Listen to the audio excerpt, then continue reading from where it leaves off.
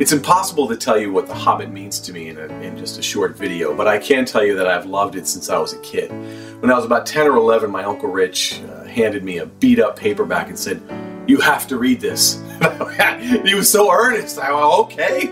And this was long before the days of smartphones and video game consoles and MP3 players.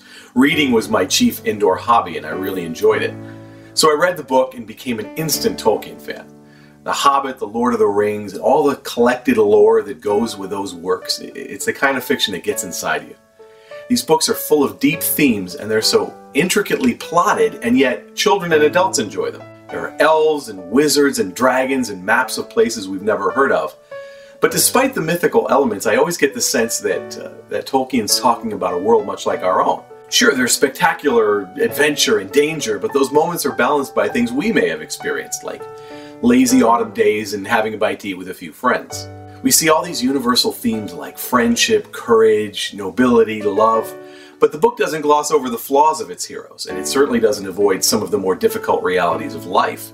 I mean, for all its wonderful moments of humor, there are some heartbreaking moments in The Hobbit as well. But that balance is part of what lends such an air of realism to the book and keeps me so engaged while I'm reading it. I loved Bilbo and the way Gandalf drags him into the adventure, especially since I was something of an outcast growing up. So I could identify with Bilbo's fears and his embarrassment in not having the right answer all the time, and feeling like he didn't quite belong in this expedition.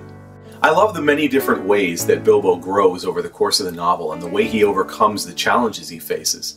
And he's just feeling his way. He's trying to help these people that he's becoming increasingly fond of, trying to live up to their expectations of him, even when he has no idea how to go about it. And along the way, he finds out who he truly is. But one of the fondest memories I have of that first time reading it is that my uncle enjoyed it vicariously through me.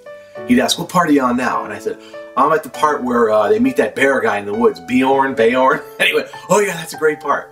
And he had to bite his tongue. It was all he could do not to tell me what happened next. So we laughed at all the funny parts, and we were somber together at the sad parts. We had a great time enjoying that book together, and I'm forever grateful to my uncle for introducing it to me.